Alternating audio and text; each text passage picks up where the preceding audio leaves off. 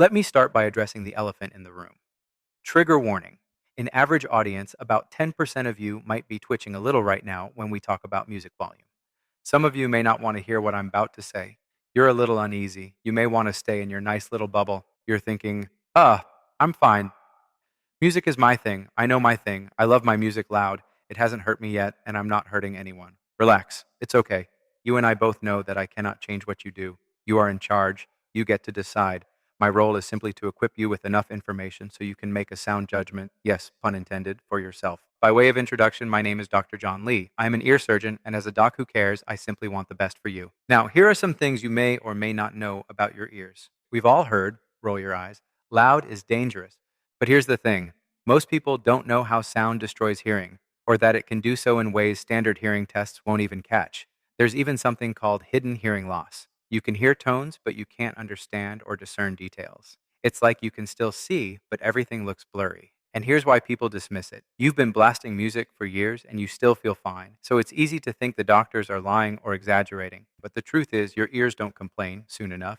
They don't burn like skin in the sun. They don't cramp like a muscle. They don't throb like a broken bone. They just silently take damage until one day they fail you. And by then, it's too late. That's why hearing loss is called the silent epidemic of the music industry. The ear is the most delicate instrument you'll ever work with, and it's incredible in how it amplifies sound.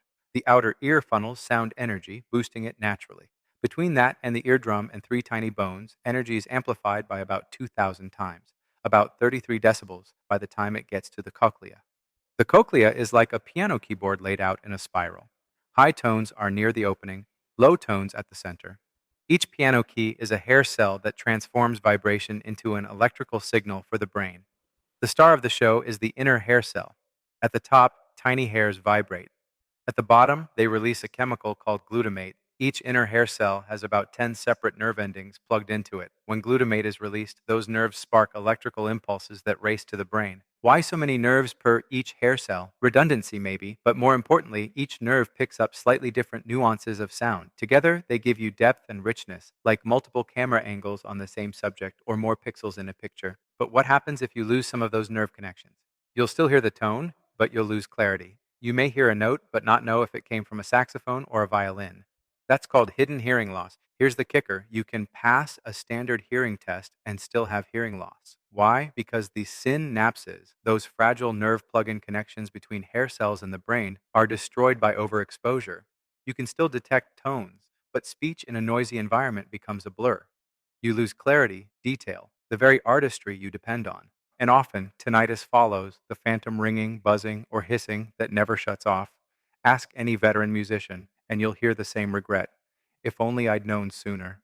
Like the song says, there must be 50 ways to lose your hearing. Here are the main ones simplified. 1. Mechanical trauma. Sound is kinetic energy, and kinetic energy can break things like eardrums and hair cells. A blast of 150 to 170 decibels, like a grenade explosion, can blow a hole in the eardrum. An impulse of 120 to 140 decibels, like a gunshot or rock concert, can flatten hair cells. Prolonged exposure above 85 decibels slowly wears things out like an engine shaking itself apart. 2. Buildup of toxic waste. Think of exhaust fumes from an engine. Burning fuel produces smoke, soot, volatile compounds, carbon dioxide, and carbon monoxide. When your body burns sugar, it makes carbon dioxide, water, lactic acid, free radicals, and other toxic chemicals build up. The inner ear is the same. It revs hard, creating biochemical stress. This leads to oxidative stress, free radicals that damage cell membranes, calcium overload that causes cells to literally self-destruct, and then, as we said before, glutamate toxicity. Too much stimulation floods the nerve junctions with glutamate, burning out connections and causing hidden hearing loss. There are other things that cause damage, such as inflammation, your immune system attacking your ear, and a paradoxical blood flow drop, starving the inner ear of oxygen just when you need it most. Now, what is all this talk about decibels? A decibel is a unit for measuring sound. It compares loudness against a reference point. The quirky part is that decibels work on a logarithmic scale, kind of like how a centimeter is 10 times greater than a millimeter. A 10 decibel increase means 10 times more sound energy. However, we only perceive that as about twice as loud. Example: 95 decibels has 10 times the energy of 85 decibels. 105 decibels has 100 times the energy of 85 decibels. Think of it like dynamite. 85 decibels is one stick, 95 decibels is 10 sticks, 105 decibels is 100 sticks. To simplify the math, a 3 decibel increase means double the sound energy, but the kicker is you barely notice it. That means your ears are taking double the damage without you realizing it. What's normal? What's too loud? What do I need to know? You need to know three things. But first, download a sound level meter app. I use Decibel Meter, which is free. There is also a native one on your Apple Watch. What is a safe listening level for all day listening? To have essentially no risk of hearing damage, the World Health Organization recommends keeping it below 70 to 75 decibels, which is like a TV at comfortable level or cafeteria background noise. Very safe, but this may not be practical for most people. For reference, a whisper is 30 decibels, a conversation is about 60 decibels. What is the threshold for toxin buildup? 85 decibels is the limit when the ear can't keep up with glutamate cycle and toxins start to pile up. At 85 decibels, which sounds like heavy traffic, lawnmowers, or earbuds at 75%, you have about 8 hours of pile-up margin for the toxins. What should the never exceed level be? You get to decide that yourself. For me, knowing that some people have gone instantly deaf at 120 to 130 decibels and wanting to keep a good margin below that, I choose to avoid all noises above 95 decibels and impose a hard stop at 100 decibels. If you have a smartwatch, you can set your warning levels for 85 decibels or 90 decibels and arm yourself with earplugs. How do we regulate this? Through noise exposure standards and guidelines, but they don't all agree. OSHA, the Occupational Safety and Health Administration, sets legally enforceable noise limits with rules shaped as much by industry compromise as by health science. At OSHA's permissible limit, 90 decibels for 8 hours a day over a 40-year career, about 25% of workers will develop compensable hearing loss. OSHA accepts this level of disability as an acceptable cost of doing business. NIOSH, the National Institute for Occupational Safety and Health, takes a health-first approach. Its recommended exposure limit is 85 decibels for 8 hours a day, 40 years. At this level, about 8% of workers are expected to develop material hearing loss, a much lower risk than OSHA allows. The International Organization for Standardization and the European Union, Apple and the EU apply an even stricter interpretation of the ISO 1999 risk models. They use 80 decibels for 8 hours a day, 40 years as their default safe listening benchmark. At this level, only about 3% or fewer of people are predicted to develop significant permanent hearing loss over a lifetime of exposure. The most reasonable balance between hearing protection and still allowing businesses to operate is the NIOSH standard. 85 decibels is permissible for 8 hours. For every 3 decibels increase in volume, you are allowed half of the exposure time. So at 88 decibels, you are allowed 4 hours, at 91 decibels, 2 hours, 100 decibels, 15 minutes, and at 127 decibels, you are allowed 1 second. How did they come up with these numbers? Decades of research on 20,000 people, over 100,000 hearing tests, distilled into a study called ISO 1999. These models are accurate. I trust them because I see them proven in my office every day. As you can see in these hearing tests, hearing loss does come with age. It is hard to escape the effects of loud environmental noises. The top line is the hearing of a 20-year-old. By the way, scoring closer to the top is better. Normal hearing runs from 0 to 20 decibels. If you are down worse than 40 decibels, you are in hearing aid range. Down at 80 decibels, you are considered deaf. To the left are the low tones, and to the right are the high tones. Notice with age, the hearing drops off.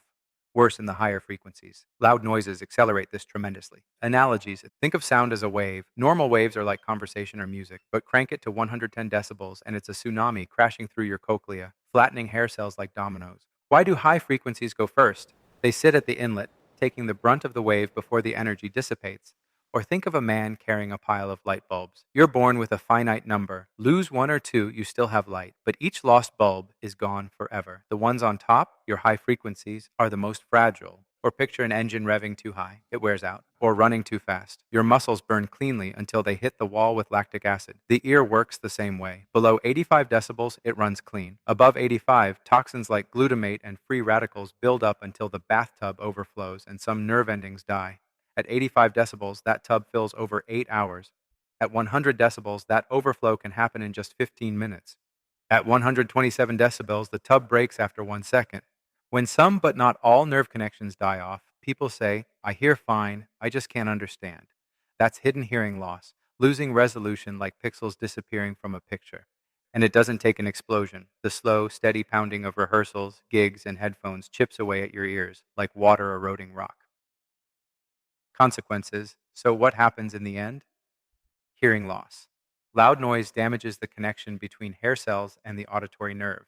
It may be obvious, muffled hearing, even silence, or it may be subtle. You pass a test but struggle with speech in noise. Over time, it becomes permanent. Tinnitus. When the brain stops getting input, it makes its own phantom sound, ringing, buzzing, hissing. It can be mild or absolutely devastating. Some even believe Van Gogh was driven to madness by this. Hyperacusis. The brain's volume control goes haywire. Everyday sounds become painfully or intolerably loud. It is like a black and blue bruise in your hearing. The simplest fix, just a quarter turn on the volume dial. Drop the volume by 20 decibels or more. Get it under 85. Sub 85 keeps your ears alive. If you can't turn it down, wear earplugs. They can cut sound by about 20 decibels. OSHA recommends that earplugs be offered at 85 decibels and requires them at 90 or more decibels. NIOSH recommends requiring earplugs at 85 decibels if noise can't be reduced. So please become ear aware. Understand the threats, protect your hearing, lower the volume, wear in-ear monitors or plugs. And if not for you, think about your kids or your clients and those who are more frail than you. Call to action. Here's the takeaway. The most important instrument you own is not your guitar, your keyboard, or your soundboard. It's your ears. You only get one set. Once they're gone, no amount of money, technology, or talent can bring them back. So the next time you reach for that dial, remember, sometimes the smartest, most professional move you can make is not to turn it up, but to turn it down. That's what it means to be ear aware. For you financial people, think of it like investments. If you live on interest, your principal lasts forever. But if you spend the principal, your returns shrink until they're gone. Your hearing is the same. Protect the principal, and it will serve you for life.